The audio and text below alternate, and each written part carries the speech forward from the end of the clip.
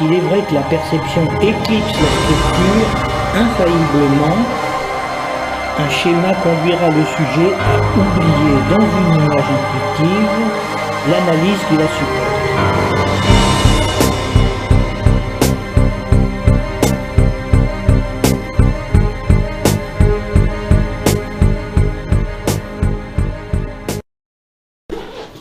Nous sommes donc le dimanche 26 mai.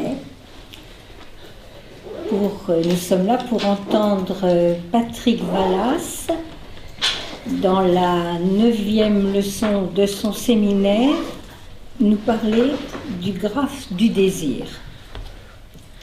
Bon, alors 26 mai, c'est la fête des mères. Moi, comme j'ai plus de mère, j'y ai pas pensé. Alors, le graphe du désir. La voie de la quête freudienne, elle continue pour nous, sous la forme de celle de la chose que Freud désignait du terme de Das Ding, dont vous savez qu'on avait du mal à saisir ce que ça voulait dire par rapport aux représentations de mots et aux représentations de choses. Et Lacan, lui, reprend ça en identifiant cette quête freudienne à la chasse de Diane par Actéon. Et c'est une façon de signifier que c'est le rapport du sujet au réel comme impossible, c'est-à-dire d'une action qui ne se soutient que de son joint à la vérité, à laquelle Freud se rappelait pour signifier que, par exemple, il y a 3 gageurs impossibles à tenir: éduquer, gouverner, psychanalyser. Que donc cette chasse, pourrait-on dire, elle ne peut être que manquée, ratée, d'une certaine façon. Et c'est pour ça que dans le mythe d'Actéon, il se fait dévorer par ses chiens au moment même où il découvre Diane à son bain, puisque c'était ça l'objet de sa quête. Lacan, il présente ça comme ça dans La chose freudienne, que je vais vous lire, c'est le petit bout de texte que je vous avais mis avec le mail. Car la vérité se joint à la vérité, car la vérité s'y avère complexe par essence, humble en ses offices et étrangère à la réalité, insoumise au choix du sexe, parente de la mort et à tout prendre, plutôt inhumaine. Diane peut-être, Actéon trop coupable, accourt la déesse, proie où se prend le veneur, l'ombre que tu deviens, laisse à la meute aller sans que ton pas se presse, Diane à ce qu'ils vaudront, reconnaîtra les chiens. Donc cette phrase est tout à fait, cette partie est tout à fait essentielle, et Lacan utilise à un moment une métaphore du même registre en disant « Attendez de me dévorer que je vous ai conduit au gîte de la déesse », c'est-à-dire de la chose freudienne, parce que forcément il était harcelé en permanence par les gens qui le contestaient et que ça l'épuisait d'une certaine façon. Alors, pour introduire ce graphe du désir, qui a été élaboré pendant le séminaire de Les formations de l'inconscient, en 57-58, et qui a été fixé par écrit dans le texte des écrits Subversion du sujet, dialectique du désir, qui a été publié en 66 dans les écrits, mais qui a été rédigé à partir de 58, nous allons prendre pour introduire ce graphe justement la métaphore du chasseur. Alors, la chasse, quand elle existe, chez des peuplades mythiques maintenant, puisqu'elles sont pratiquement toutes en voie de disparition, est vraiment un art, et peut-être même le seul art où l'homme excelle. Parce que justement, il en dépend pour sa vie. On peut la voir immortalisée d'ailleurs dans les grottes de Lascaux. Alors, prenons justement ce chasseur, poussé par la faim, qui est obligé de partir à la recherche de la bête, de sa proie, dont la rencontre sera toujours pour lui contingente, même s'il a ses préférences. Alors je vais le figurer ici par un départ comme ça. Voilà mon chasseur ici qui part à la recherche de la bête. Et celui-ci sait que pour pister son gibier, il va falloir lui soumettre à tout ce qui est sa démarche. C'est-à-dire son territoire, ses limites, ses habitudes sexuelles. Il va suivre ses traces, que l'on appelle par exemple les fumées pour le gros gibier, qui vont lui faire signe et peuvent lui permettre d'identifier la bête en la nommant.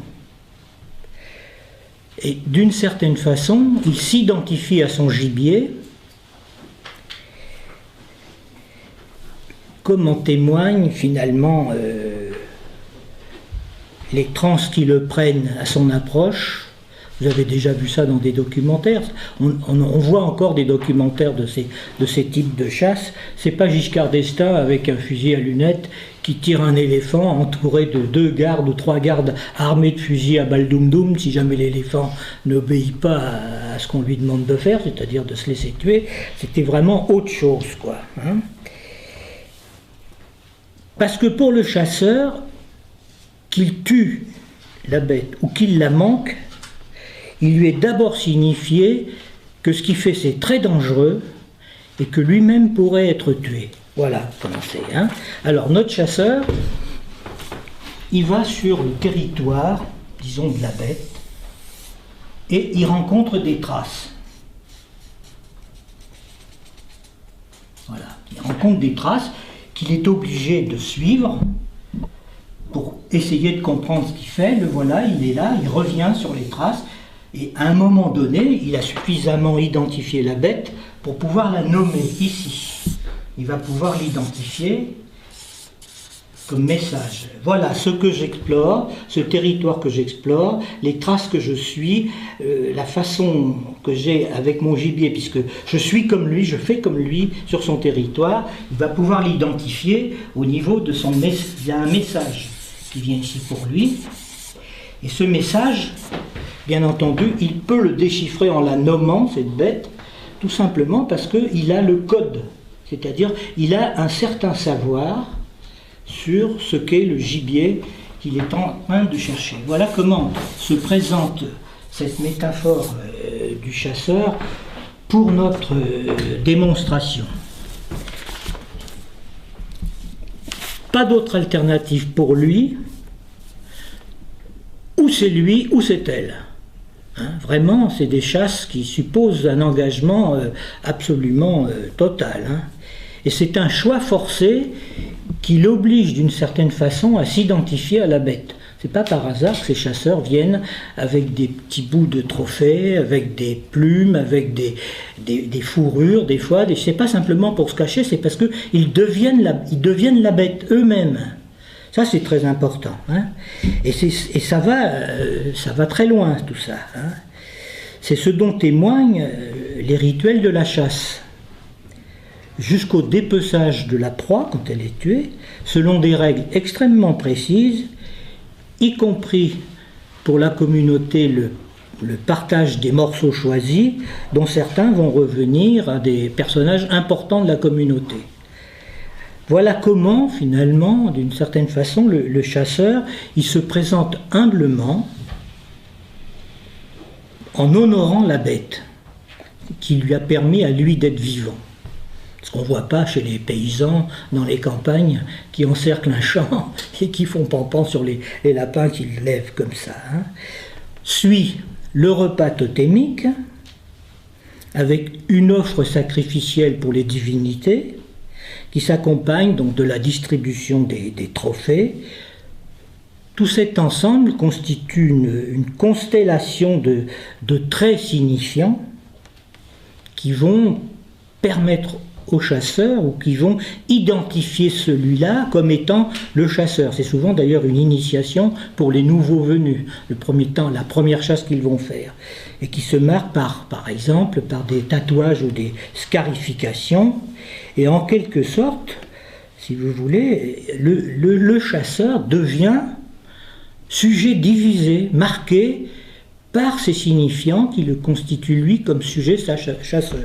Parce que dans la communauté, il y en a qui ne sont pas des chasseurs. Les femmes ne chassent pas, bien sûr, des choses comme ça. Tout ça, une répartition des rôles qui a une fonction signifiante. Alors, disons que cette métaphore du chasseur, c'est une scène originaire, si vous voulez, immortalisée. Vous l'avez vu dans les grottes de Lascaux, quand même, c'est vraiment très très élaboré, c'est pas n'importe quoi. Les petites flèches qu'on voit avec la direction des bêtes dans la grotte, c'est vraiment des traits signifiants qui identifient chacun des acteurs de cette scène. Cette scène originaire est une véritable métaphore de ce dont il s'agit dans le montage de la pulsion que Lacan va illustrer à partir de ce qu'il appelle le point de capiton, qu'il emprunte à la technique du matelassier. Alors, il fait un traitement de la chose, Lacan, à propos de... Vous connaissez le schéma saussurien des flots, hein, comme ça. Alors, d'un côté, il y a les signifiants qui sont ici, qui vont dans ce sens-là, et puis dans l'autre, c'est un double truc comme ça, c'est les signifiés qui vont dans l'autre sens, hein. Ça, c'est le schéma de Saussure que Lacan reprend. Il dit qu'il faut au moins un certain nombre de points minimum pour que le glissement entre les deux registres ça soit arrêté. C'est-à-dire que s'il n'y a pas de ponctuation dans une phrase, s'il n'y a pas des séquences comme ça, on ne comprend rien, c'est un flot incessant. C'est ce qui explique que toutes les significations glissent sous les signifiants, on ne les repère pas. Alors il les illustre par le truc du matelassier, c'est-à-dire par cette espèce de courbure dont je vous ai montré, que cette trajectoire, donc elle va accrocher ici la chaîne signifiante et le signifiant en dessous, et ici. Il va y avoir deux grands points, ça représente exactement ce que je vous disais à propos du chasseur, lequel, sur la lancée de la chasse, est obligé de tenir compte des traces qu'il a trouvées, et ça va le déterminer, lui, le chasseur, ici, comme un sujet d'un discours, en fin de compte. C'est ça que ça veut dire. Alors, voilà la métaphore qu'utilise Lacan. Et ça nous donne ici, au niveau de... Alors, je le reprends pour le simplifier ici, voilà la trajectoire, le sujet du besoin, comme il l'appelle, et ici, ce que devient la trajectoire. Vous avez ici une chaîne signifiante,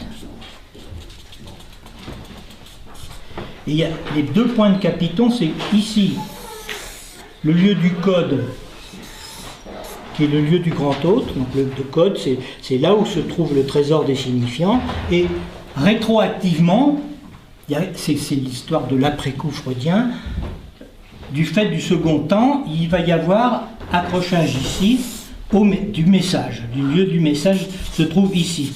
Donc il y a toujours une anticipation du signifiant sur la signification. Voilà comment se montre le point de capiton que Lacan va utiliser dans son graphe du désir. Alors, il identifie aussi ici, il va donc donner, je vais mettre des lettres maintenant pour commencer à mieux les comprendre. Peut-être que je vais faire je le ferai après, le schéma. Ici, lieu du grand autre, lieu du code. Il y a un code. Partout où vous allez, quand dans un pays étranger ou ailleurs, vous êtes obligé de chercher, vous cherchez à repérer des codes pour vous repérer dans les mœurs locaux des pays où vous allez. Maintenant, comme on va partout avec nouvelles frontières, c'est partout pareil. Enfin, il fut un temps où quand on voyageait, on pouvait se retrouver à l'étranger. Maintenant, on n'est jamais à l'étranger nulle part. Hein. Voilà, c'est comme ça, d'autant plus qu'on a tous notre iPhone pour nous repérer. Et ici, c'est le lieu du message, c'est-à-dire une signification, écrit S de A, une signification de ce qui est déterminé, anticipé par le code.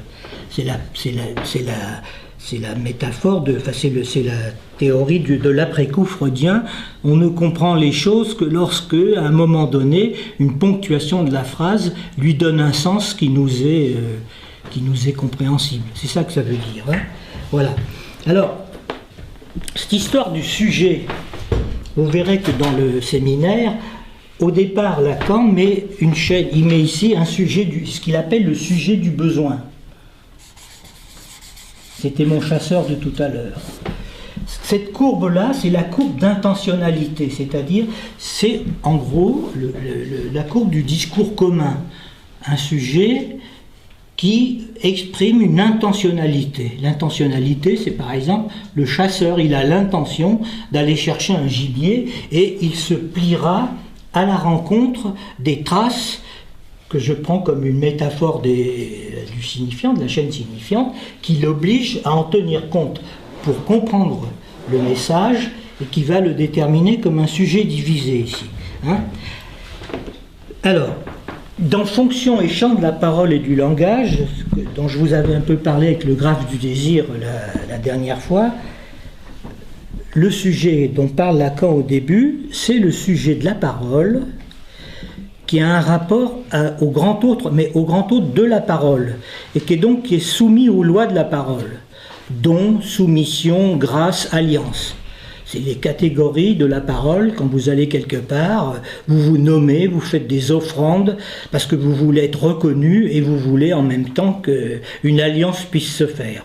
Hein, avec le don d'un certain nombre d'objets qui montrent votre bonne volonté. Donc c'est pas encore le sujet divisé, ça c'est dans Fonction et champ de la parole et du langage, en 1953, et il considère, Lacan, à l'époque, que dans la cure, il s'agit d'un développement qui suit cette pente, à savoir que c'est un sujet qui au début a une parole vide, et de plus en plus, où il parle dans la cure et où il reçoit les interprétations, il finit par tenir une parole pleine, c'est une parole de l'être, en gros, il touche à son être, et il touche donc à une reconnaissance de son désir, et c'est en quelque sorte une procédure pour lui de la cure comme étant une procédure de réconciliation, d'où les termes de don, soumission, grâce. Et alliance possible. Ça, c'est les lois de la parole. Et puis, en 58, changement radical de paradigme, pratiquement pas tellement annoncé avant, à partir de son séminaire, donc les formations de l'inconscient, et surtout le texte sur lequel je vais m'appuyer aujourd'hui, Subversion du sujet dans la dialectique du désir, il introduit une définition que nous connaissons bien, mais qui n'est pas une définition du sujet, mais une définition du signifiant. Il n'y a pas chez Lacan, je vous l'avais dit, de théorie du sujet, et il n'y a pas chez lui de concept de sujet. C'est une notion qui fait partie de ce qu'il pense de la langue. Rappelez-vous ce que c'est tout simplement qu'un signifiant représente le sujet pour un autre signifiant, ici, qui est au lieu de l'autre, qui ne le représente pas.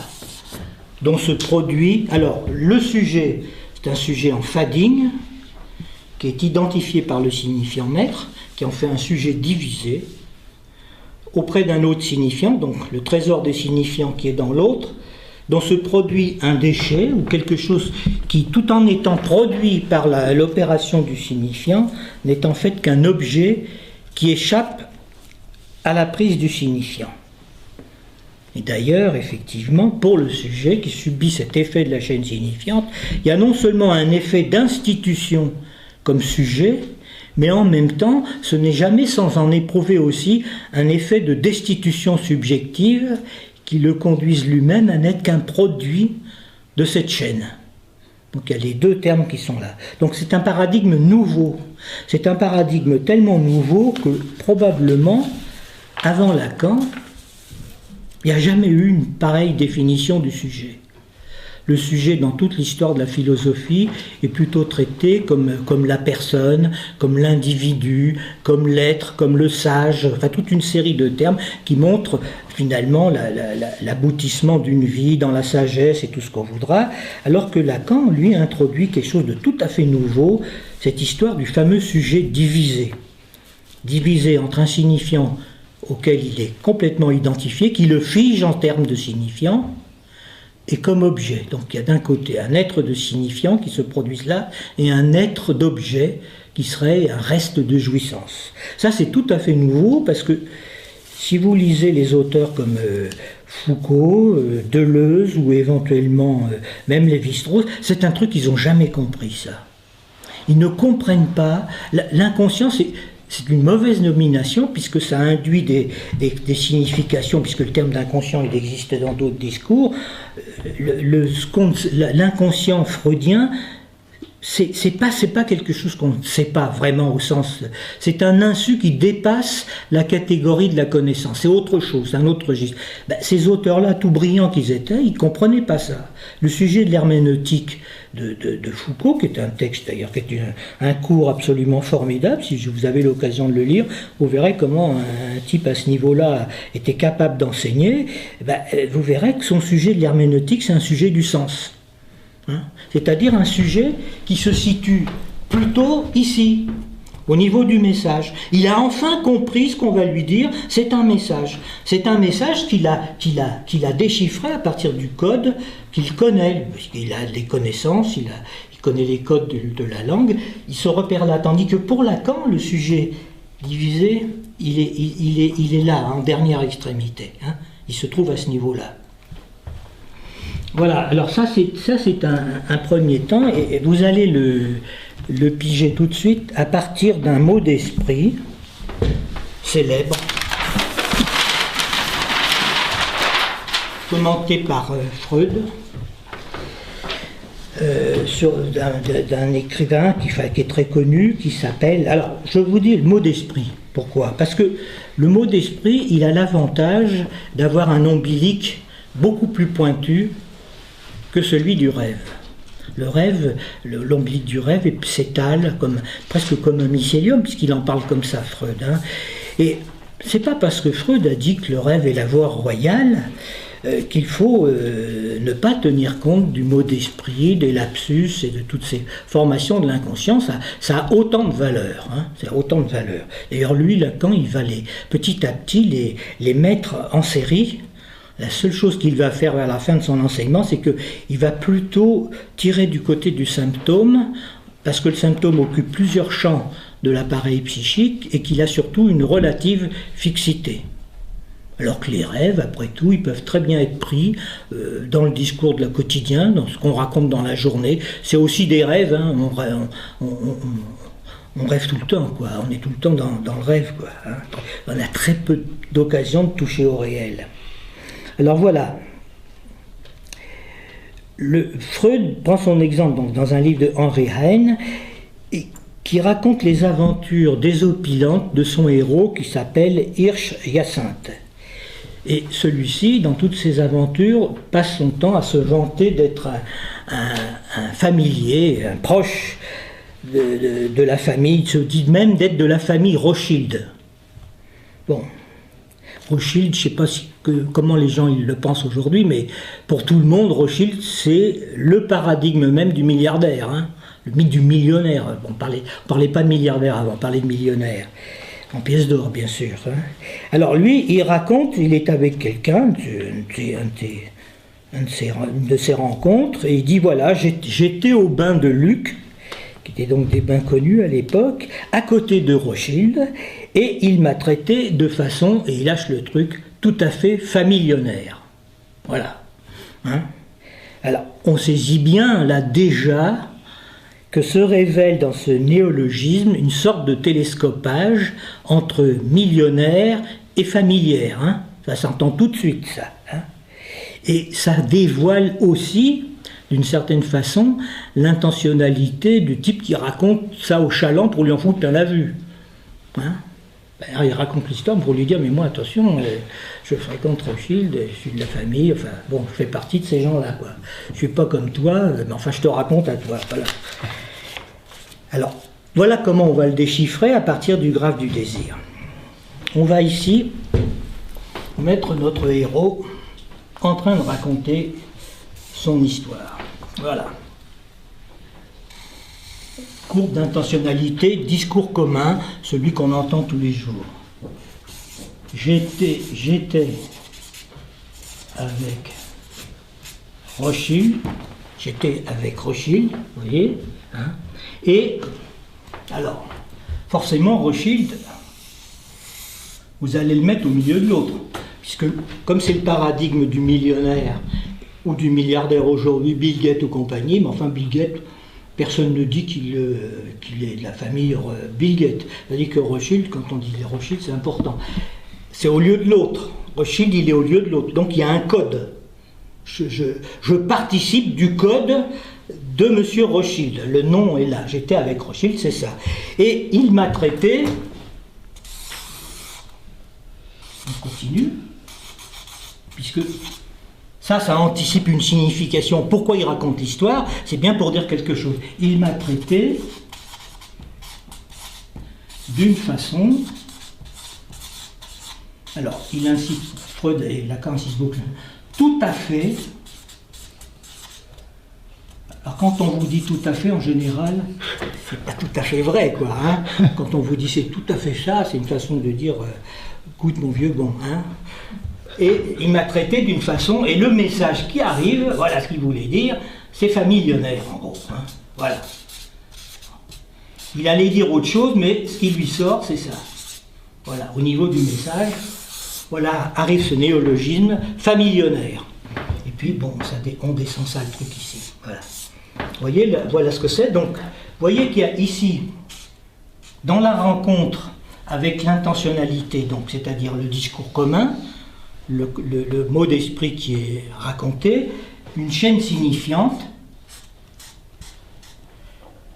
Alors, la chaîne, il faut maintenant que vous oubliez signifiant et signifié, parce que dans ce schéma, si vous voulez, cette chaîne signifiante ici, qui est en fait une chaîne de la demande ou une chaîne de l'énoncé, les deux signifiants et signifiés sont congruents. Hein.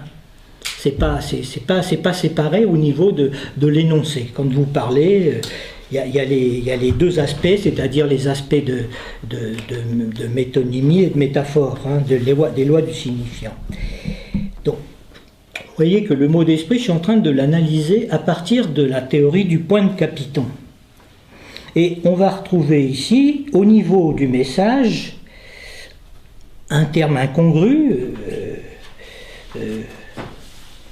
qui est donc familionnaire, et je vais le reprendre, il ne faut pas que je me trompe. Voilà. Il y a ici familionnaire. Ça donne, en fait, un télescopage entre millionnaire,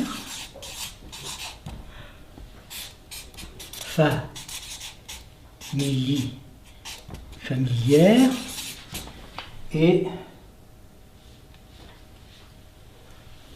millionnaire, familière, et puis le dernier truc c'est, oui, familier et familionnaire, voilà.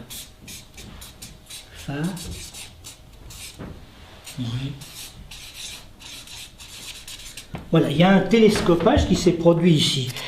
Ce qui vous renvoie, c'est par l'intermédiaire de ce signifiant qui se trouve au niveau du code. Au niveau du code, c'est ça. C'est-à-dire que quand on vous dit Rothschild, immédiatement, le code c'est millionnaire. C'est ça qui vous vient, milli. Donc le code est ici comme signifiant qui anticipe sur une signification qui apparaît sous la forme de ce néologisme. Vous pigez ce truc-là? La rétroaction du signifiant sur la signification de cet énoncé qui est celui-ci, hein, le schéma d'intentionnalité qui était là, il se lie à travers l'effet qu'a eu sur lui de la chaîne signifiante qui conditionne la parole, hein, qui conditionne ce qui a été dit. Ça se traduit comme ça. Et ça, c'est un véritable trait d'esprit, pas un simple lapsus, et parce qu'il est enregistré au niveau du code milli. Hein, voilà, c'est ça qu'il faut comprendre pour expliquer pourquoi l'autre est un lieu du trésor signifiant. Comme je vous le disais pour l'animal, c'est-à-dire que parce que le chasseur dispose d'un certain nombre de codes, qu'il va pouvoir déchiffrer les traces et nommer la bête qu'il est en train de pourchasser, parce qu'il ne sait pas ce qu'il attend. Bien sûr, il vise un certain gibier, mais après tout, il trouve des traces, et comme il a faim, il faut qu'il y aille. Hein, voilà. Ce graphe, voilà, cette première partie du graphe, ce graphe du désir est celui de l'inscription, disons, du nouveau-né, donc d'un sujet pris comme corps, donc d'un sujet biologique, pris comme corps dans sa pure présence animale, le nourrisson qui est là, hein, et qui va le surdéterminer, c'est sa prise dans le langage, qui va le surdéterminer comme un sujet divisé, un sujet du langage, un sujet du signifiant. Voilà, on va parler comme ça. Donc on va commencer par le berceau, qui est le plus petit lit où on fait l'amour. Voilà, c'est vraiment le plus petit lit. On fait l'amour à partir du berceau. Alors, il faut que vous le sachiez, s'il est vrai, parce que Lacan le dit, s'il est vrai qu'il n'y a pas de rapport sexuel, c'est-à-dire pas d'inscription du réel à partir du signifiant, s'il est vrai qu'il n'y a pas de rapport sexuel sauf entre les générations voisines, les grands-parents, les parents et l'enfant. Au-delà, on s'y perd dans les générations, et en deçà, on n'y est pas encore. Hein.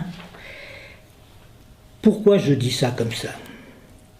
Parce que, au départ de la vie, d'une certaine façon, il y a une jouissance première de tout le corps, qui se manifeste comme une palpitation de la vie.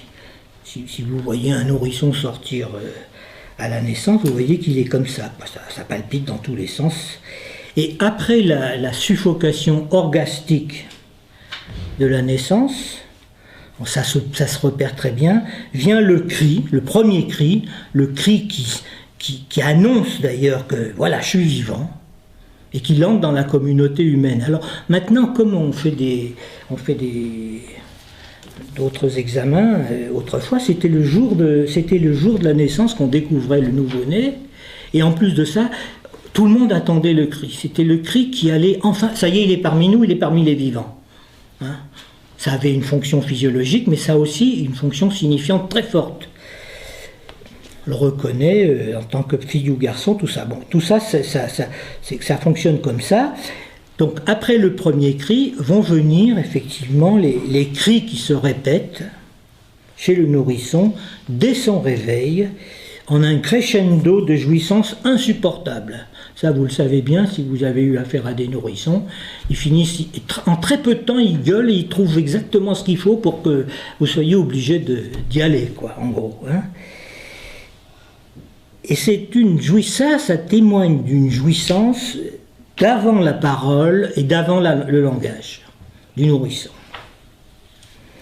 Et donc si je parlais de rapports sexuels entre les générations voisines, c'est parce qu'au départ, il y a un corps à corps entre le nourrisson et sa mère. Bon, il y a d'autres adultes nourriciers, mais je prends le nourrisson et la mère parce que c'est quand même ce qu'il y a de plus courant malgré tout.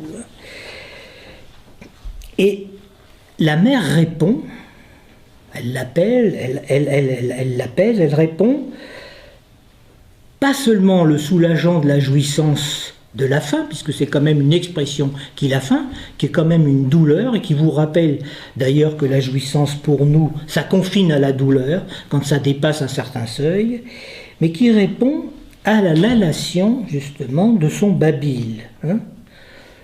Et ce nourrisson reçoit d'elle les premiers phonèmes, disons, de la langue privée, c'est-à-dire que dans la lalation, telle que la mère intervient en réponse, elle commence à faire des coupures. Et c'est pas par hasard que dans toutes les langues du monde, les premiers, pas mots, mais les premiers phonèmes, c'est papa ou mama, dans toutes les langues du monde. Ça s'est repéré comme ça d'une façon ou d'une autre. Alors, à ce titre-là, c'est le moment où il commence à recevoir, disons, par les coupures que fait la mère, qui font trace d'ailleurs dans la langue, par la langue, de ce qu'il va advenir comme sujet. n'importe quel élément de la langue, écrit en un seul mot, la langue, est au regard de la jouissance corporelle originaire un brin de jouissance. Pourquoi? Parce qu'elle est faite du jouir même originaire, hein, et qu'elle se surajoute à elle. C'est ce qui témoigne de ce que la langue, toujours en un seul mot, étend ses racines aussi loin dans le corps. Hein. On peut parler là d'un moment d'incorporation de la structure de langage, qui est un moment pulsionnel de l'émergence du sujet. Comme le dit Lacan, la pulsion est l'écho dans le corps de ce qu'il y a à dire. Un dire qui est lié au discours et qui va nous déterminer comme sujet. Alors là, il y a peut-être une notion, une nuance à introduire. Ce n'est pas que le verbe se fait chair, justement, dans cette opération, ça c'est l'opération, disons, christique, c'est au contraire que c'est la chair qui devient signifiante. Donc la chair vivante qui devient corps, en gros. C'est ça, l'opération est à l'inverse de la métaphore religieuse. Hein. Autrement dit, la langue, du fait qu'elle pénètre loin dans le corps, anime la jouissance du corps en se surajoutant à elle et en même temps la civilise. Voilà, c'est ça que ça veut dire. Autrement dit, elle la convertit en satisfaction pour le sujet. Il peut en obtenir une certaine satisfaction. C'est un peu ça la jouissance de la langue. Hein. C'est quand même une jouissance civilisée, la langue.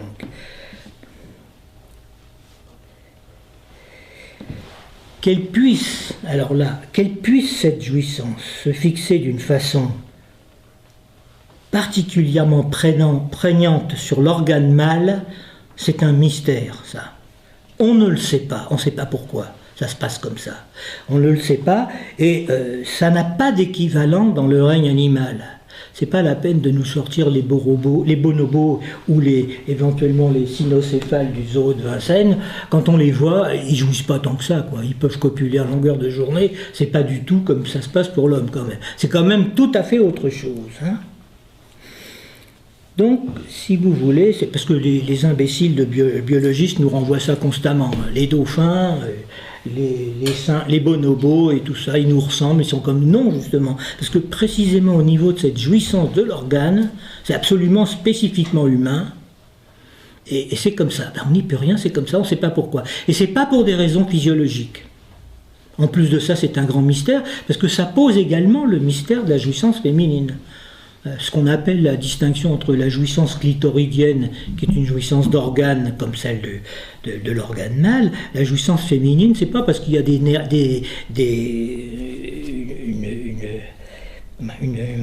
innervation du vagin, c'est parce que c'est autre chose qui fonctionne. Hein. Ça fonctionne avec la langue et avec le fantasme du sujet. Voilà, ça c'est très important. Donc, ce que j'ai essayé de vous faire entendre là, c'est que entre le petit dôme, ce qu'on appelle le petit dôme, on l'appelle comme ça, c'est Dolto qui l'appelait comme ça, je trouvais que c'était pas mal, parce qu'elle introduisait la dimension que c'était quand même un homme, quoi. C'était un humain, c'était pas un nourrisson, c'était pas un ver de terre, c'est un petit dôme, il est déjà constitué comme un humain, quoi, d'une certaine façon. Eh bien, la parole, c'est ça le rapport sexuel. Pour Lacan. C'est le seul moment où on parle de rapport sexuel. Et qui s'inscrit entre les générations voisines, comme je vous l'ai dit tout à l'heure, comme si le corps était pris dans un bain de jouissance dans la transmission de la langue. Voilà, à nouveau autre chose. Hein.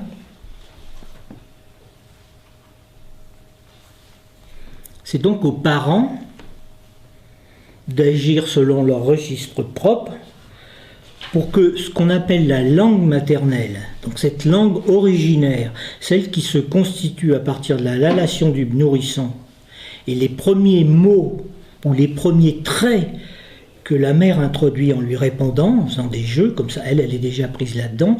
Ça, c'est la langue privée maternelle. C'est ça, la langue maternelle. Seulement, évidemment, va se surajouter à ça, petit à petit, l'intervention du père et de la mère qui vont l'initier à la langue courante. Hein, et puis, donc, il va apprendre d'abord l'idiome maternel, puis il va passer au registre de l'idiome de la contrée, et puis quand il ira à l'école, quand il apprendra à lire et à écrire, il passera au niveau de la langue du pays. Voilà, hein.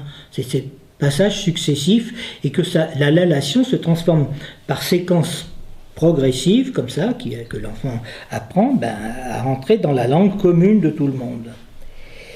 Au fond, c'est peut-être une des seules réponses que la psychanalyse peut donner à partir de sa pratique des conditions pour que ce qu'on appelle les paroles fondamentales, les fata, instituent la vie d'un sujet qui se transmet de génération en génération et qui prend son sens du désir qui l'habite, au-delà de la détresse d'être né.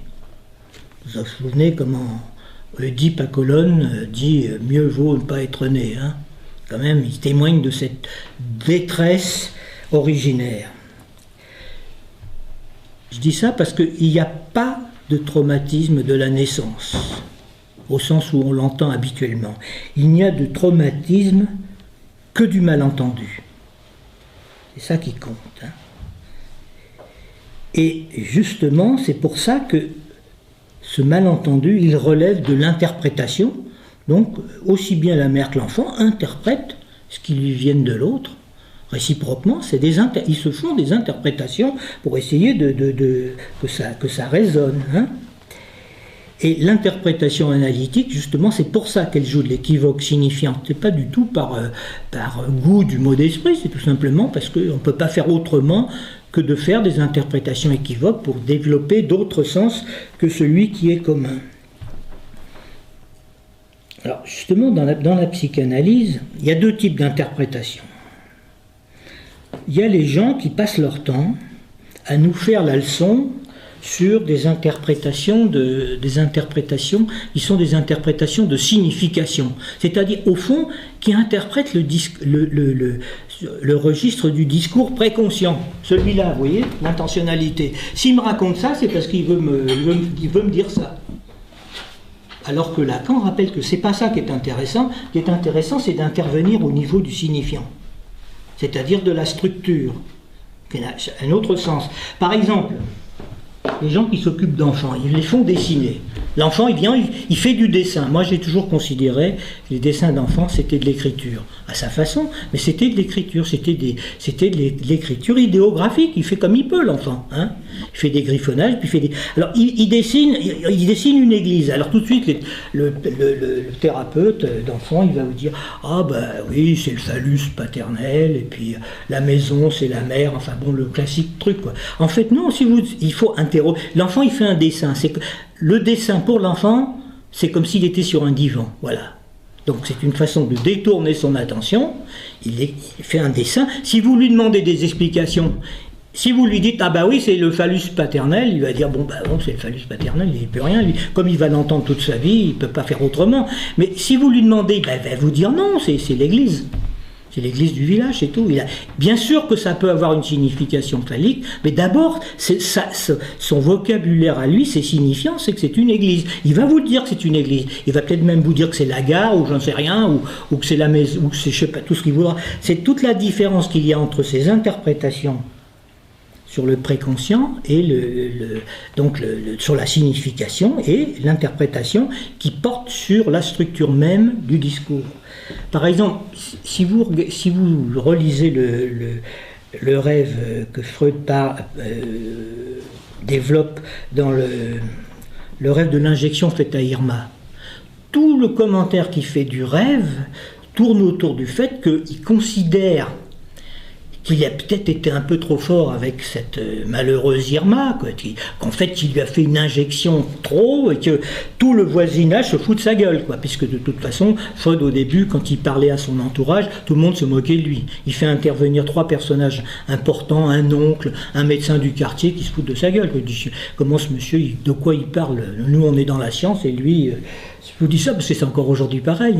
Et lui, il nous fait le mot d'esprit, le rêve, enfin des trucs, des futilités en gros. Mais le truc essentiel de ce rêve, et pourtant Freud le dit noir sur blanc, c'est qu'à la fin du rêve, il voit dans son rêve la formule de la triméthylamine. Autrement dit, c'est cette fameuse formule, je vais aller la revoir pour ne pas l'oublier, c'est AZ, il voit dans le rêve un truc invraisemblable. Alors attends, il ne faut pas que je me trompe, parce que je me trompe tout le temps, bien entendu. Voilà, formule de la triméthylamine. C'est quoi? C'est un H tout court. H. Voilà, une formule chimique. La formule chimique. Bon, il la connaît, Freud, parce qu'il a étudié ces choses-là. C'est ça qu'il voit. C'est une énigme, c'est presque l'ombilique du rêve. Et qu'est-ce que ça veut dire? C'est là que Freud comprend, comme c'est un produit dérivé d'une décomposition du sperme, il fait apparaître son désir par rapport à cette patiente. Voilà pourquoi il a trop forcé. C'est parce qu'il éprouvait du désir pour cette femme, et dans son rêve, il a fait ce rêve. Il examine, il essaye de se déculpabiliser parce qu'il est allé un peu trop fort, mais au fond, il avoue. Mais bien sûr, les gens, ils ne s'arrêtent jamais là-dessus. Parce que c'est ça qui est important dans le rêve. Voilà, alors je vous le dis comme ça.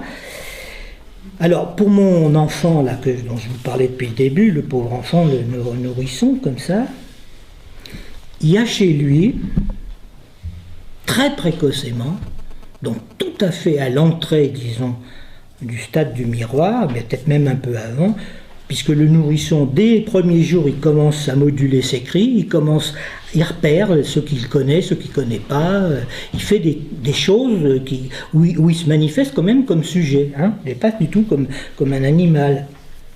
Il y a, comme le dit Lacan, alors c'est aussi un terme à retenir, une insondable décision de l'être. Ce qui est quand même assez rare chez Lacan, parce que, bon, il y a déjà une insondable, c'est bizarre, décision en même temps, donc ça conjoint 2 termes qui devraient s'opposer, c'est quand même une insondable décision de l'être, chez l'enfant, qui est amené à ce choix forcé de son identité sexuée, indépendamment de son sexe anatomique. Donc très très tôt ça se produit là. C'est comme l'histoire de la vérité que je vous disais au départ, complexe par essence, humble en ses offices, étrangère à la réalité, insoumise au choix du sexe, parente de la mort et à tout prendre plutôt inhumaine. Parce que le nourrisson, lui, dans sa détresse d'être né, il sait qu'il est soumis aux caprices de l'autre pour sa survie. Il le sait, lui. Il faut qu'il bouffe, il faut qu'il bouffe aussi, Et souvent, il y a des nourrissons, ils ne veulent pas bouffer parce que déjà s'introduit la dimension des significations qu'il a avec ses parents. Il y a des nourrissons qui très tôt refusent le sein, ou refusent le biberon, ça dépend. Enfin, ça se manifeste toujours très tôt. Alors, pourquoi? Parce que ce choix forcé lui est, disons, imposé, parce qu'il prend ses assises dans les discours qu'il attendait à sa place. Il est attendu à la place où il a été parlé dans le discours parental, c'est-à-dire on l'espère garçon ou fille, on lui donnera tel prénom ou tel nom, éventuellement on aimerait bien qu'il soit polytechnicien plutôt que psychanalyste, enfin, ou bien qu'il ait fait l'ENA de façon à pouvoir faire une carrière de glandeur international en étant haut fonctionnaire, enfin, toute une série de termes, et il est attendu à cette place, il est attendu à cette place. C'est ça la formation de l'idéal du moi qui lui vient de l'autre. Il faut qu'il se conforme à l'image que l'autre lui renvoie, à l'image par laquelle il a été désiré, alors que lui, il a plutôt tendance, en se voyant dans un miroir, comme je vous le dis la dernière fois, en se voyant comme un moi idéal, vraiment, voilà, je serai comme ça, mais non, mais on lui impose déjà. Voilà. C'est pour ça qu'il est soumis à un choix forcé par les discours qu'il conditionne. Voilà, alors, donc, discours qui le conditionne, qu'il attendait à sa place comme une constellation de signifiants, parce que c'est ça, hein. C'est pas au niveau des significations que ça se passe pour lui, c'est au niveau des codes, trésor des signifiants. C'est là qu'il fait faire ses choix et qui vont le déterminer à cette place-là, hein.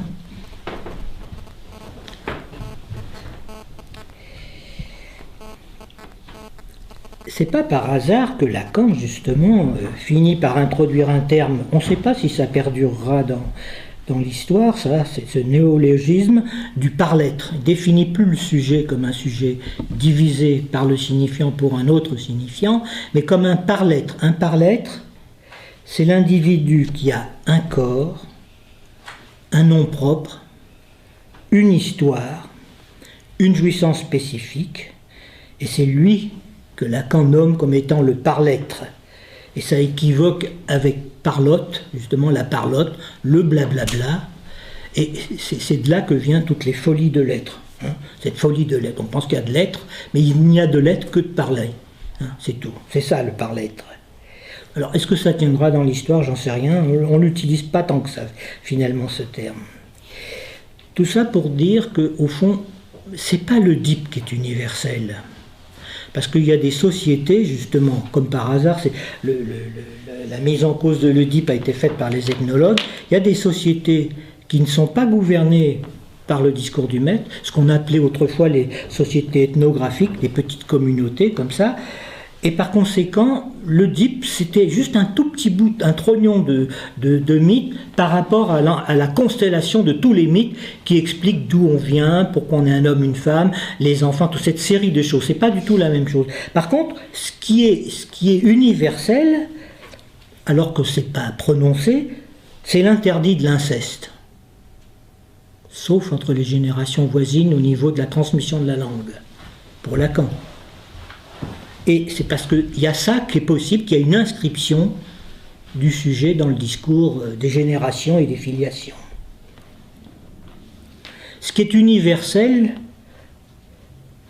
l'interdit de l'inceste, bien sûr, c'est ce grâce à quoi nous sommes des parlants. Alors, où s'arrête la notion d'inceste? C'est un problème qu'il faut un jour éclairer d'une façon plus précise. Ce n'est pas dans la copulation que se situe l'inceste pour la psychanalyse. Elle se situe par rapport à la langue, à l'apprentissage de la langue. C'est-à-dire que l'enfant est dans le rapport sexuel avec l'adulte qui lui transmet les mots de la langue, mais il va falloir qu'il fasse justement des choix pour ne pas rester là, pour acquérir sa propre dimension de sujet, lui. Alors, c'est grâce à quoi l'interdit de l'inceste? Ça, c'est universel. Nous sommes tous des êtres parlants, hein.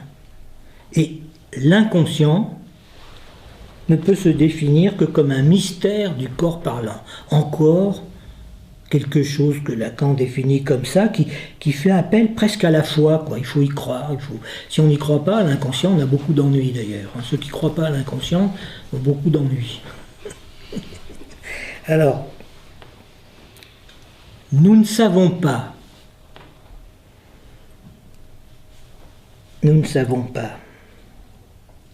si nous sommes parlants parce que nous sommes d'une espèce animale parmi toutes les autres espèces dont un jour, pour des raisons que l'on ignore, la sexualité a été dérangée et qu'est venue se loger là la parole, ou bien le langage, si vous voulez, ou bien si, au contraire, c'est parce que nous parlons que notre sexualité est dérangée.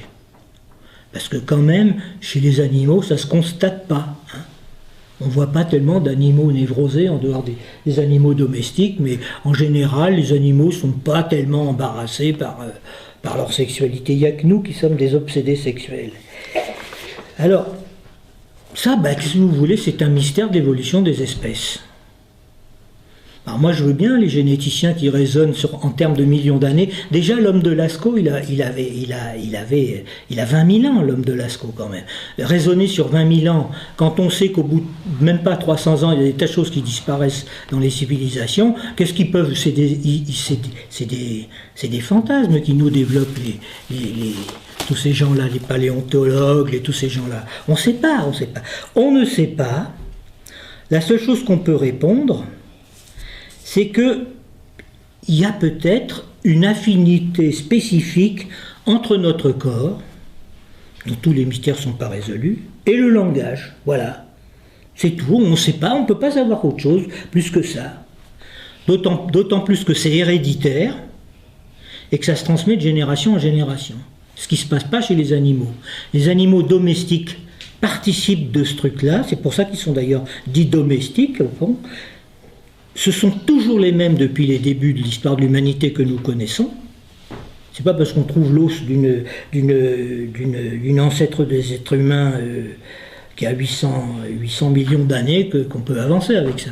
À un moment donné, c'était le sélacanthe, notre ancêtre. Hein. Vous savez, quand on a découvert ce fameux poisson des profondeurs, on disait que c'était l'ancêtre de l'homme. Maintenant, on s'est dit non, c'est pas ça, c'en est un autre. On est plus proche d'une amibe ou d'un grain de riz au point de vue génétique que du sélacanthe. Je vous le dis tout de suite parce que le génome d'un grain de riz est à peine plus compliqué que celui d'un être humain. C'est quand même embêtant pour les généticiens. Hein. Alors, voilà. Il faut renoncer à rechercher l'origine du langage. Il est déjà là, depuis toujours, pour nous, point final. L'homme du Néandertal était peut-être un humain, parce qu'il enterrait ses morts, mais il ne les enterrait pas vraiment, il les mettait sous la terre, il mettait une couche de terre dessus. Hein? On considère qu'on a affaire à des civilisations humaines que lorsqu'on trouve des tombes avec des rituels funéraires, des objets particuliers, là on est sûr. Ça ne va pas très loin dans l'histoire, mais enfin c'est comme ça qu'on se repère. Évidemment, quand les biologistes passent à côté du langage, ils peuvent élucubrer tout ce qu'ils veulent, ça n'avance pas. L'enfant crie. Donc il manifeste par là une intentionnalité plus ou moins obscure, au fond, quand il crie, que la mère sanctionne comme un appel qui va prendre le sens d'un message, la valeur d'un message, au-delà du besoin. Hein. C'est-à-dire qu'au fond, là, comment ça se présente, votre enfant, il est là, au niveau du début de la flèche d'intentionnalité, il crie, il rencontre forcément le langage qui lui préexiste, comme ça, et ce cri va être sanctionné comme un message, c'est-à-dire que ça va venir ici comme un message. Le code ici, et le message qui est ici. Et que ça va déterminer l'avenir de l'enfant, sous la forme de ce que va devenir les idéaux parentaux, quoi, en gros, comme signification. Donc au départ, un sujet du besoin qui crie, son cri est interprété par l'adulte nourricier comme un appel, qui a un sens, donc un message, et qui va réagir en fonction de ça. Mais il ne s'agit pas de rester à un niveau aussi sommaire, parce que l'adulte nourricier n'opère pas seulement selon son caprice, le nourrissage n'étant pas non plus le comblement d'un besoin naturel. Il y a toute une dimension de jeu entre la mère et l'enfant qui prend un caractère érotisé, ça n'échappe à personne, c'est bien connu, et c'est par là que la dimension du désir et de la jouissance s'introduisent. Vous savez bien que même s'il ne parle pas, très tôt, un nourrisson peut moduler ces cris et qui prennent une dimension de parole pour les parents. Alors qu'est-ce qui se passe? S'il demande à manger, voilà, il a une demande à manger, il veut manger. Voilà, ici. L'enfant, on va le mettre ici. Ici, on va mettre la mère. Il y a une demande. Il demande à manger. Voilà, une demande ici. Il demande à manger, par conséquent, il faut qu'il rencontre au niveau de l'autre, puisque la mère est prise comme autre, il va falloir qu'il rencontre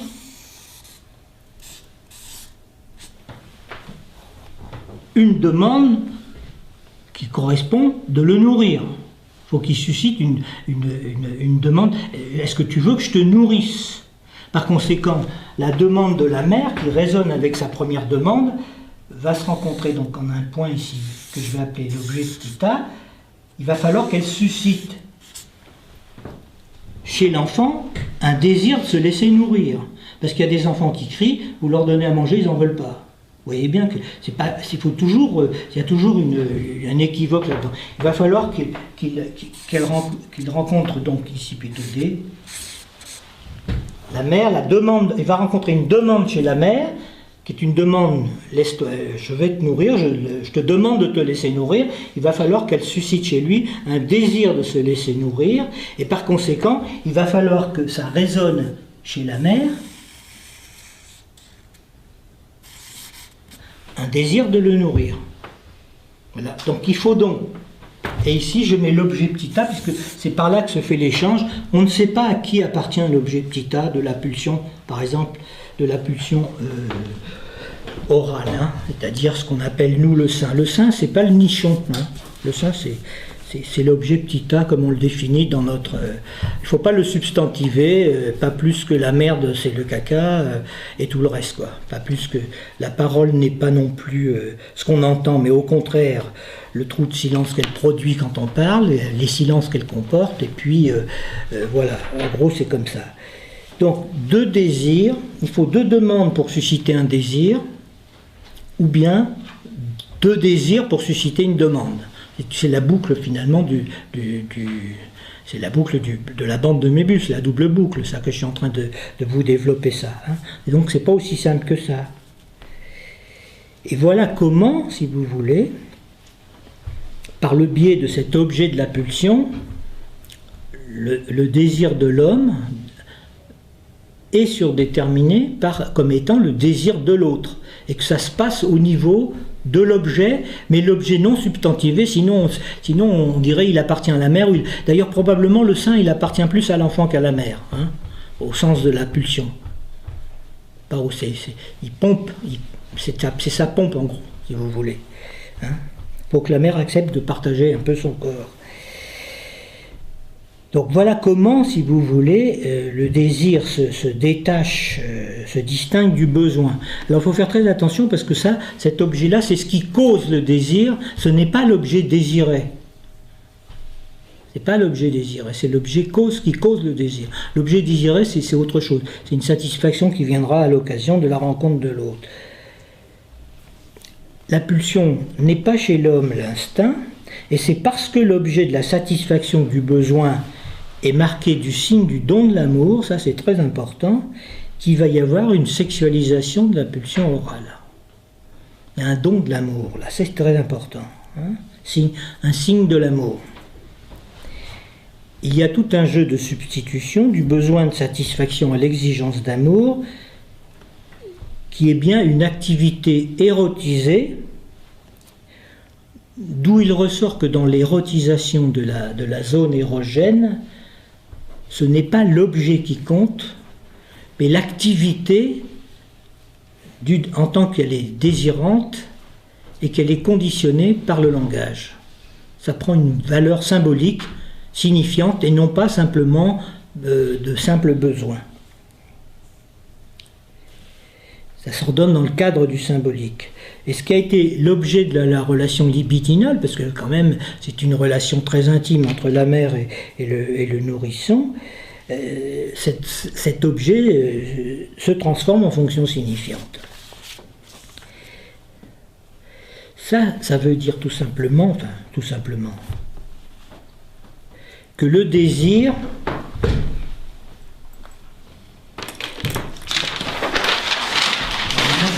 je vais compléter mon schéma. Hein. Petit à petit, je monte mon schéma.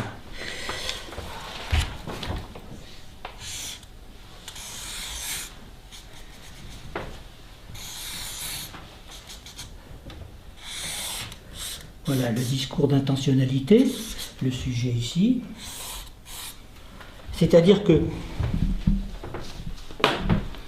le désir va se situer dans la demande, dans l'intervalle. Alors là, il faut être attentif, entre la demande de satisfaction du besoin, parce qu'elle n'est pas à négliger non plus, ici, c'est-à-dire la réponse de l'autre, ici c'est le message, la réponse de l'autre selon un vecteur qui va comme ça, il y a quand même une demande de satisfaction du besoin dans l'objet qui est présentifié, qui permet l'accession à la satisfaction du besoin. Donc, au-delà, le désir, il se situe dans l'intervalle qui se situe au-delà de la demande de satisfaction du besoin et en deçà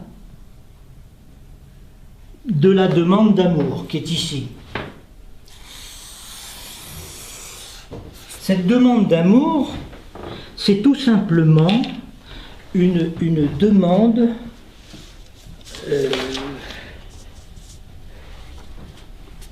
c'est une demande qui est une demande de présence ou d'absence de l'être de l'autre. Hein. C'est une présence, c'est ça la demande d'amour, c'est donc une présence qui peut être que le signifiant de son absence ou de sa présence. Donc ouais, l'intervalle qui s'ouvre ici, donc entre la demande de satisfaction du besoin et la demande de la présence ou de l'absence de l'autre en termes de signifiant. C'est comme ça que ça se fonctionne, voilà.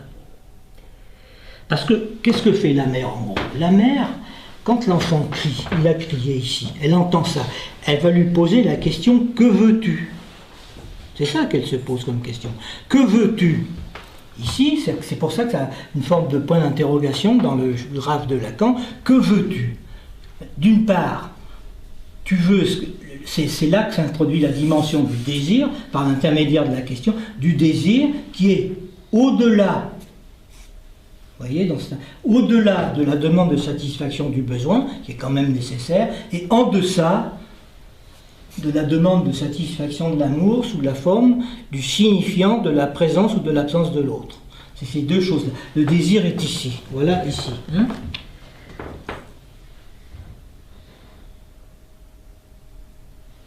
Voilà, ce que dit l'enfant ne peut que répondre, au fond l'enfant ne peut que répondre au « que veux-tu » Je ne veux rien d'autre que le signifiant de la présence ou de l'absence de l'autre comme garant de mon existence de sujet, soit du signifiant qui me représente pour un autre qui ne me représente pas. Voilà, c'est ça que ça signifie là, dans ce schéma-là. Est-ce que vous le suivez? Ça vous va?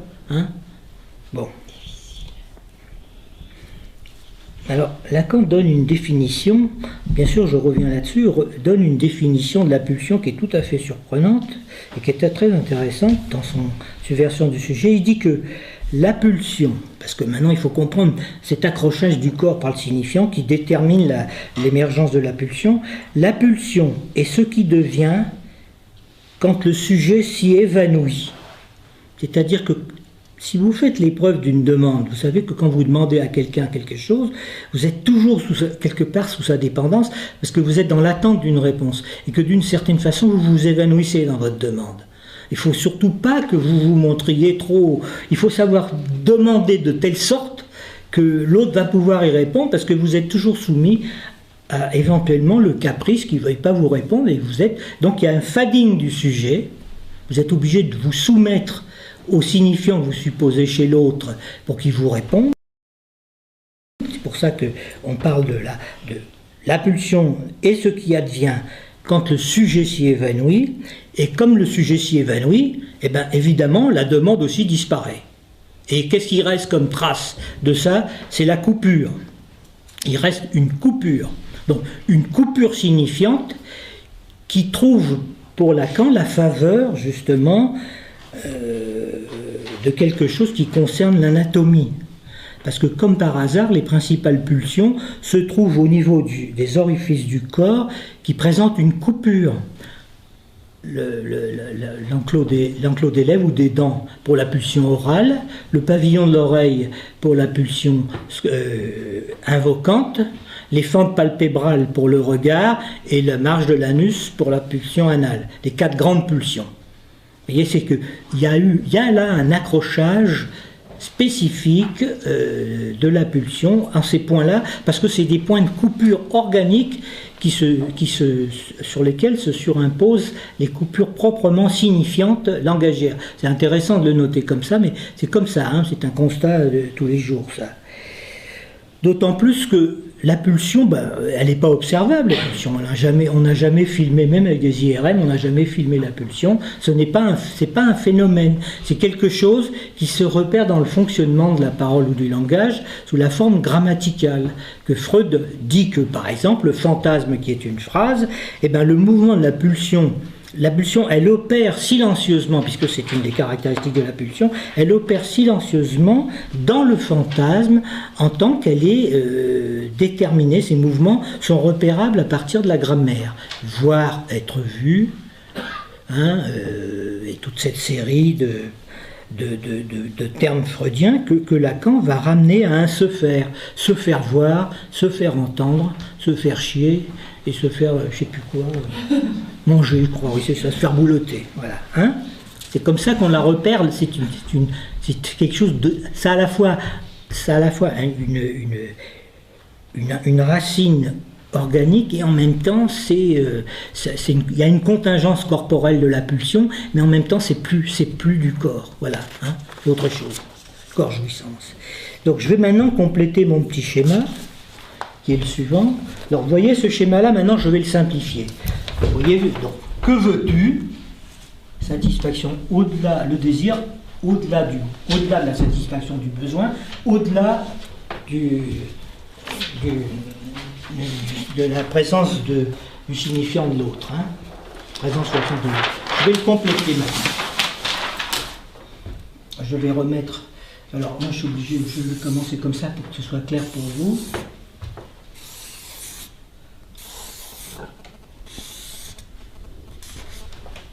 Bon voilà, la courbe d'intentionnalité du sujet. Que veux-tu?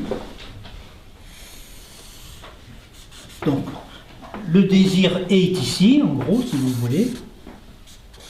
Le désir, il se situe dans la simple demande de l'autre. Que veux-tu? Donc ça fait appel au désir du sujet ou au désir de l'autre. Et la pulsion, c'est le lieu où le sujet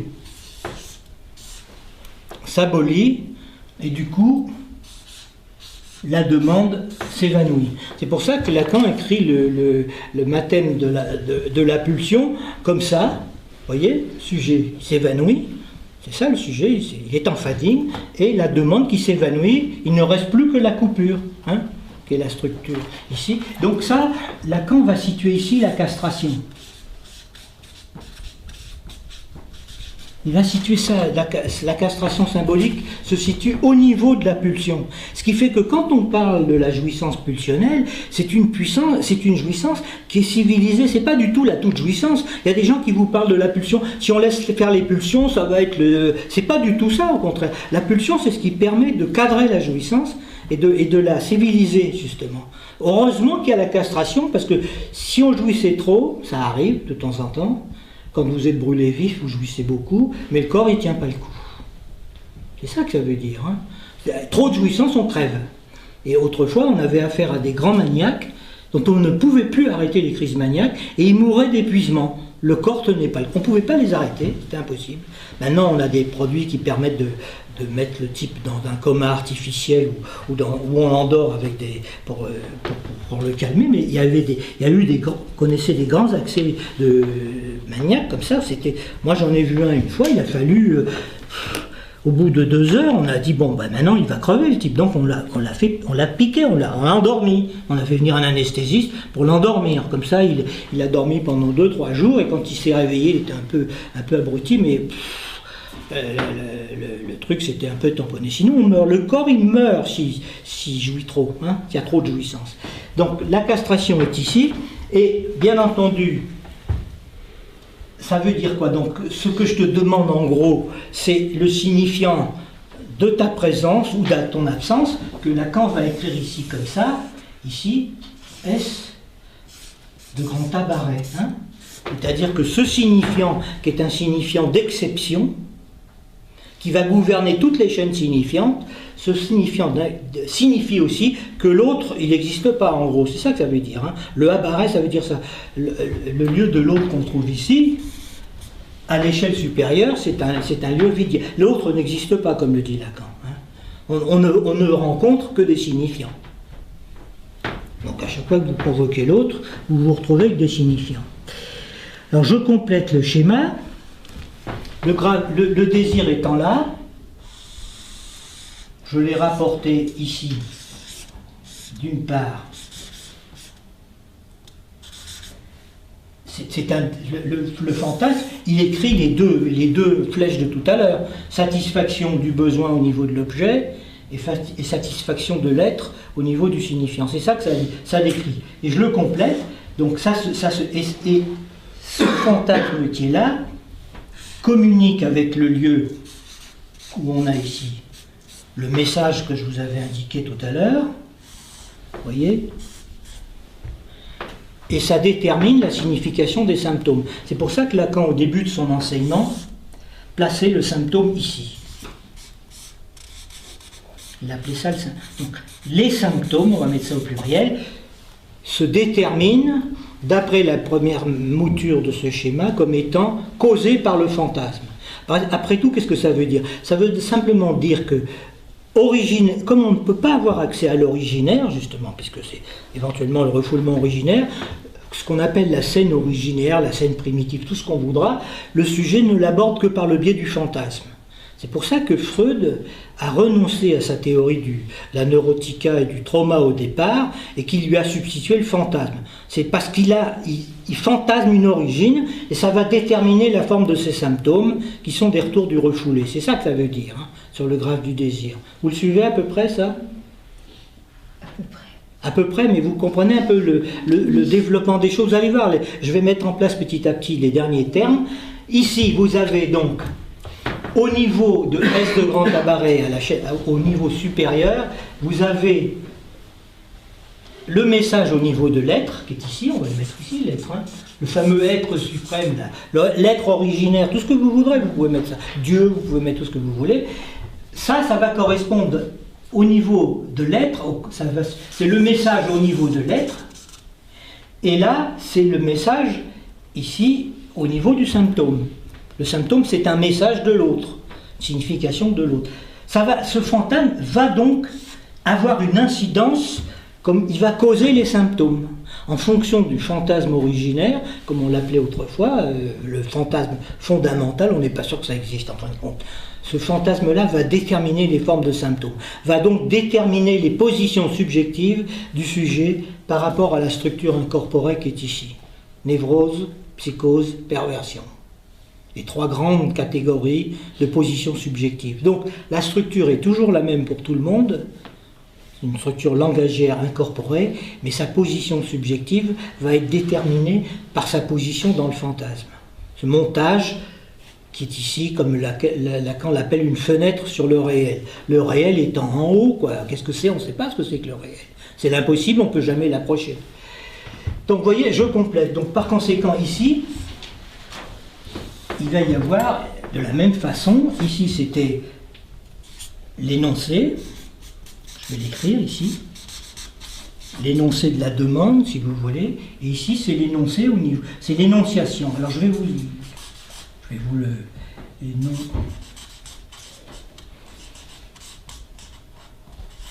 Est-ce que vous pigez que ça c'est correspondant à ça? Est-ce que vous pigez que ça correspond à ça? À 2 étages. Pourquoi il y a 2 étages? Je vais vous le dire. Donc vous voyez que ça, je l'ai développé tout à l'heure, j'en ai donné une raison. Donc Lacan simplifie son schéma. Hein?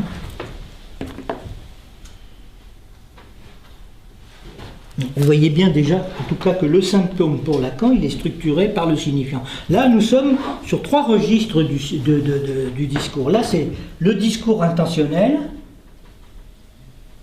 l'énoncé d'une demande, vous faites une demande à l'autre, de cette position-là, vous faites des demandes à l'autre, et ici, vous avez cette position d'énonciation. Alors, voilà, je vais le compléter. Ces 4 termes-là, les 4 termes qui sont ici, S de grand cabaret, ici, S de la pulsion, petit s de la signification, et ici, grand autre. Et bien ça permet de définir la structure langagière en termes signifiant, c'est-à-dire qu'il faut 4 termes pour pouvoir définir la structure. C'est ça, une structure quadripartite, comme dit Lacan, est toujours nécessaire depuis l'invention de l'inconscient. Ce sont ces 4 termes qui viennent remplacer ce que nous avions vu avec le stade du miroir. Rappelez-vous, hein, c'était ici I' de A, donc l'image virtuelle. Non, I de A, I' de A, l'image virtuelle. Ici, c'était I de A, le moi du sujet, et ici, c'était le grand O. Vous vous souvenez de cette schématisation-là, hein, que j'avais fait la dernière fois. Alors, ce schéma-là, le fameux graphe du désir, je peux vous dire que si vous le mettez net comme ça, sans mettre aucune formation, c'est presque, comment j'appellerais ça, comment dire ça? Bon, ça va me revenir. Le cartouche lacanien, en gros. Le fameux cartouche dont certains nous parlent. C'est un cartouche, tout simplement. Quand on le regarde comme ça, c'est un cartouche théorique. Hein, c'est tout. Ce graphe est donc un schéma topologique. Je pense que je vous ai rendu compte de façon raisonnée de ce que ces termes ne sont pas là par hasard. C'est vraiment un truc qui fonctionne comme ça, qui montre finalement le but de montrer, c'est donc le graphe du désir, mais c'est aussi le graphe du discours, dont le but est de montrer les rapports du sujet au signifiant, qui le surdéterminent. Et alors, ces deux schémas, ils sont conformes au schéma saussurien, du signifiant et du signifié, si vous voulez, et qui fonctionnent en même temps dans tout acte de la parole. C'est-à-dire que leurs procès sont simultanés. Bien sûr, pour exposer mon truc, je suis obligé de faire un truc chronologique, mais ça fonctionne d'emblée comme ça. Et l'intervalle entre les deux lignes, l'énoncé et l'énonciation, c'est déterminé par la grammaire. C'est la grammaire qui m'oblige à faire la distinction entre le sujet de l'énoncé, c'est-à-dire le sujet du verbe, et le sujet de l'énonciation. Par exemple, si je dis que je mens, est-ce que je dis toujours la vérité? Alors vous savez que c'est un syllogisme, les gens se sont cassés la tête là-dessus, mais c'est simple comme bonjour. Au niveau de l'énoncé, je peux mentir à plein tuyau, mais au niveau de l'énonciation, je dis la vérité. Si je dis maintenant il pleut dehors, non, il pleut pas en ce moment. On va dire je mens, mais non, mais ce qui est vrai, c'est que je l'ai dit qu'il pleuvait, c'est ça que ça veut dire. En tant qu'énonciateur, j'ai peut-être le désir qu'il se mette à pleuvoir, ou vous faire pleuvoir, vous déprimer parce que je vous dis qu'il pleut, hein, en gros, c'est un peu ça, la distinction entre les deux. C'est ce qui apparaît sur le schéma, comme ça. Donc, une distinction entre, c'est une nécessité de la structure de distinguer dans tout acte de la parole un sujet de l'énoncé, le sujet du verbe, hein. Tous les craquois sont des menteurs, donc bon. Est-ce que si je dis que je mens, est-ce que c'est ça? Je ne me souviens plus, c'est logique, bon, c'est pas grave. Bon, voilà. Et le désir, bien sûr, il apparaît entre les deux étages de l'énoncé et de l'énonciation, que je vais vous illustrer par juste un petit truc d'un rêve, justement. Ça nous est donné par l'algorithme lacanien, qui est effectivement ça, qui est effectivement une forme, le petit losange, là, ici sujet petit a, qui petit a' et a, c'est la structure même, c'est le trou de la structure. C'est ça que ça veut dire, hein, le graphe. C'est ça que ça veut dire.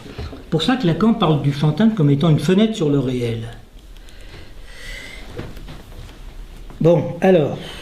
Je vais en terminer là-dessus, je pense. Ça, c'est une fonctionnement de la pulsion que je ferai peut-être l'année prochaine à partir du fantasme « on bat un enfant », puisque le sens du désir dépend du scénario du fantasme et par conséquent, éventuellement, de son articulation grammaticale.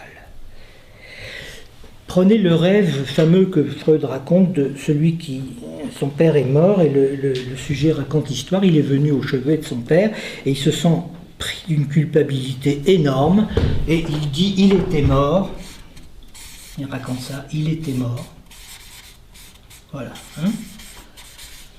Il était mort et il ne le savait pas.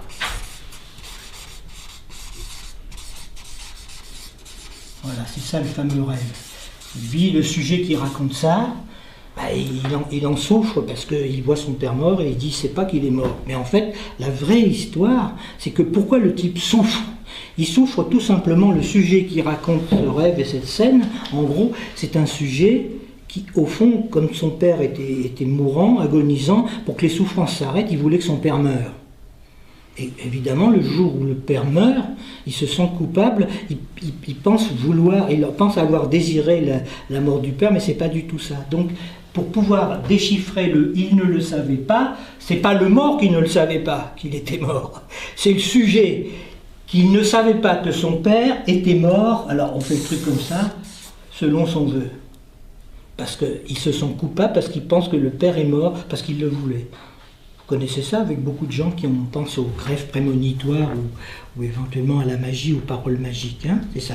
Alors, pour compléter le schéma, j'avais mis ici le sujet du besoin, et que vous retrouverez dans le graphe du désir, dans la subversion du sujet. Qu'est-ce qu'il va mettre? Il va mettre à l'origine que de toute façon, à l'origine, il y a un sujet divisé, d'emblée. Il est toujours là, le sujet divisé, d'emblée. Et ici, à la fin de la flèche, là où il mettait le sujet divisé à l'arrivée de la flèche, il va mettre l'idéal du moi, l'idéal de l'autre. Hein. C'est-à-dire que le sujet, à l'origine, il est déjà un sujet parlant, même s'il bafouille, même s'il est nourrisson, et il va adopter les signifiants qui lui viennent de l'autre, hein, les idéaux de l'autre. Ça, c'est l'idéal du moi. Et alors, pareil, il y a une inversion. Sur le schéma de formation de l'inconscient, il avait mis là, ici, le moi. Non, il avait mis ici, oui, le moi. Et ici, le i de moi, le i de l'idéal, l'autre par rapport à ça. Et Lacan, du fait qu'il ait introduit le sujet à cette place-là, va mettre ici finalement qu'au fond, le sujet s'adresse à l'autre, en fait, s'adresse au petit autre, derrière lequel se trouve le grand autre, qui est support de... Et ici, il va mettre son moi à la place. C'est ça le changement qu'il va faire. Lacan va faire ce truc-là. Et il ne le dit pas explicitement, mais c'est parce qu'il a mis le sujet ici. Il n'y a pas de sujet du besoin à l'origine pour nous. C'est d'emblée on est des sujets. Bon, ben voilà. J'ai beaucoup parlé. Hein. Très gros travail, surtout. Mais j'ai parlé beaucoup.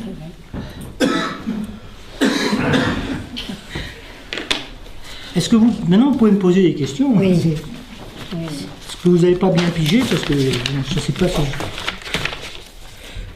Moi, j'essaye de jongler un peu avec ça, mais enfin, c'est pas toujours facile pour moi non plus. Hein. Est-ce que ça vous éclaire un petit peu, hein? Ça éclaire quand même. Tout ça, c'est des montages raisonnés. C'est pas de la pure théorie, c'est de la praxis. C'est-à-dire que ça se repère dans la pratique, ça. C'est pour ça qu'il peut élaborer ça.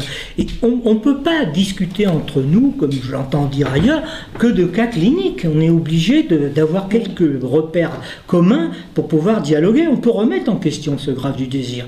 D'ailleurs, Lacan va le remettre complètement en question quand il va arriver avec son nœud borromien. Il va donner une nouvelle structure qui va l'obliger à reprendre tout ça. Déjà, il a fait un saut qualitatif considérable, parce que ici, dans le schéma L, ça c'est des coordonnées imaginaires, mais quand il les met sur le graphe du désir, ce sont des coordonnées symboliques. Il n'y a plus de référence à l'imaginaire. Alors vous voyez, courbe d'intentionnalité du sujet, énoncé, et ici, énonciation inconsciente, parce que l'inconscient il est là. Hein?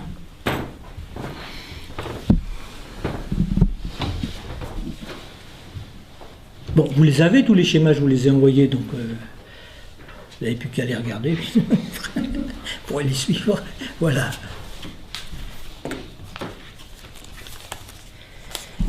Peut-être je voudrais essayer de savoir si j'ai pigé quelque chose. La complexité, parce que c'est vraiment essentiel, mais bon, c'est beaucoup de choses aujourd'hui en même temps. Hein, voilà. Est-ce qu'on pourrait dire que, à la fin de l'analyse, pourquoi c'est si long, une analyse? Il me semble que ça a à voir avec un deuil, de fixer, et là c'est une des choses que vous nous avez tout à fait démontré, de fixer un objet comme cause du désir. de maintenir ça. Oui, je ne me trompe pas, parce que tout à l'heure, dans la façon effectivement de désigner le petit a et le signifiant par rapport à la demande, j'ai pensé, moi, à la longueur, le temps qu'il faut pour lâcher à la fin. On y revient, on repart, c'est fini, non, c'est pas fini, on parle encore et on retourne à de l'imaginaire. Donc il y a bien cette question-là de ce qui a été fixé au départ au niveau de l'objet. Et il y a là probablement aussi une dimension dont vous dites que vous allez nous parler avec les Borroméens. Il y a une dimension où si on interprète au patient quelque chose à partir du signifiant comme voulant dire ce qu'il a dit, comme ça deviendrait quelque chose qui veut dire quelque chose ce qu'il a dit, on loupe ça de faire lâcher ce qui le fixe, qui lui permet d'avoir une représentation de l'objet, toujours tenue. Alors, je ne sais pas moi-même si on peut m'entendre dans ce que je suis en train de dire, mais ma question vient vraiment de ce moment où vous avez bien expliqué que dans la demande première, il y a le petit a, enfin il y a le besoin, mais il y a déjà le jeu du signifiant et qu'il y a quelque chose là, dans cet entre-deux qui, je pense, est le travail de l'analyse. C'est d'accord ? Oui. Donc je crois que j'ai pigé quelque chose au niveau de... C'est quand même très complexe. Pour répondre alors peut-être d'une façon plus lapidaire plutôt, parce que je ne peux pas aller... Oui. L'analyste, au fond, il vient à la place de ce que Lacan utilise comme terme, le parent traumatique. C'est-à-dire que dans la cure, il reproduit la névrose de départ, puisque la névrose est nécessaire. La névrose infantile, c'est une programmation de ce que ça va devenir plus tard, en gros, de la structure. Donc, il vient à cette place-là, et par ses interventions, justement, ce qu'il fait, c'est qu'il lève l'option de jouissance, qui fixe le sujet à la même jouissance, pour lui permettre de se déplacer. Parce que c'est pas tellement le signifiant qui est embarrassant, c'est que la jouissance est fixée. Ce qui est cause de la répétition, c'est la jouissance, c'est pas le signifiant. Le signifiant, il se répète, mais il est toujours différent de lui-même. Donc la répétition est toujours quelque chose de nouveau. Quand les analysants vous disent « je dis toujours la même chose », il faut les encourager. Vous dites toujours la même chose parce que vous parlez de la chose, on ne peut pas leur expliquer ça comme ça, mais à chaque fois vous en parlez de façon différente. Donc par différentes façons, vous en parlez, et c'est bien de ça dont il s'agit, et c'est à cette occasion-là qu'on peut, par l'interprétation, par l'équivoque signifiante, faire le sortir de la glu que représenterait la jouissance, qui causerait la répétition. Donc c'est une façon, c'est pour ça qu'on parle de névrose de transfert. On parlait que la cure serait une névrose de transfert, mais Lacan il est revenu sur cette position parce qu'il disait que la névrose de transfert, elle se fixe quand l'analyste n'est pas au clair avec son désir. Donc, oui, tout à fait. Donc si lui il n'est pas au clair, il maintient le sujet dans une aliénation transférentielle qui est la névrose de transfert, qui serait un duplicata de sa névrose originaire. Oui. Voilà. Oui. Bon, alors c'est ça que ça veut dire en gros. Alors c'est pour ça qu'il ne faut pas délivrer des interprétations de signification.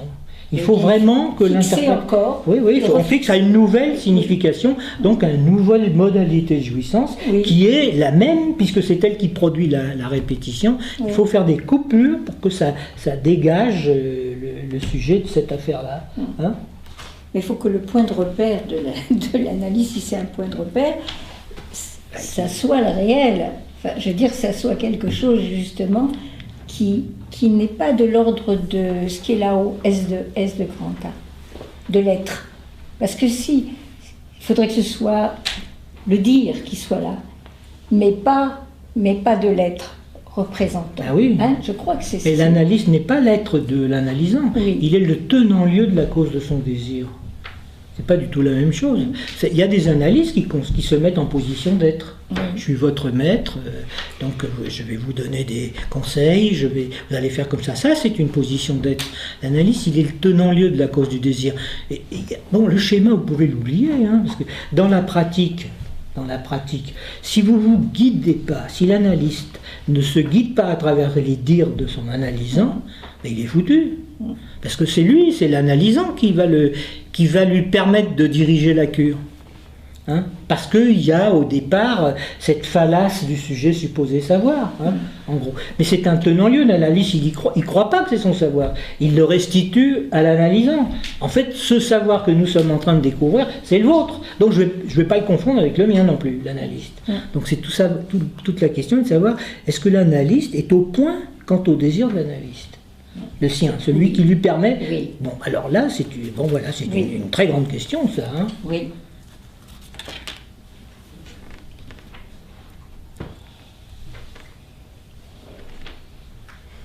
Bon, alors, c'était trop touffu. Ah bon, hein?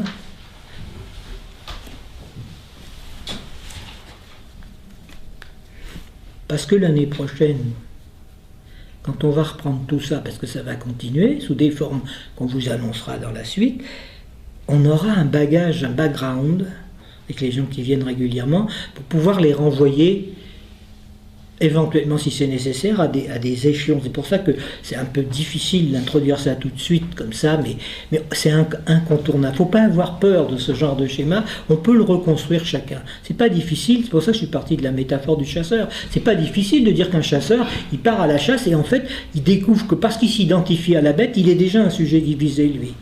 Hein, et que comme c'est sa vie, c'est une question de vie ou de mort, il est sujet divisé parce que lui il est entre la vie et la mort. C'est pas comme le paysan de Bourgogne qui a un fusil à 5 coups et qui a des chiens partout et qui tire sur des lapins. Là il a un gibier, il faut qu'il mange et il peut être tué. C'est tout.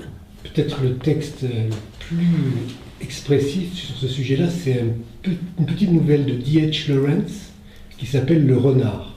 Et donc, où il met en scène exactement ce que tu es en train de dire. C'est très expressif. David Herbert Lawrence. Très bien.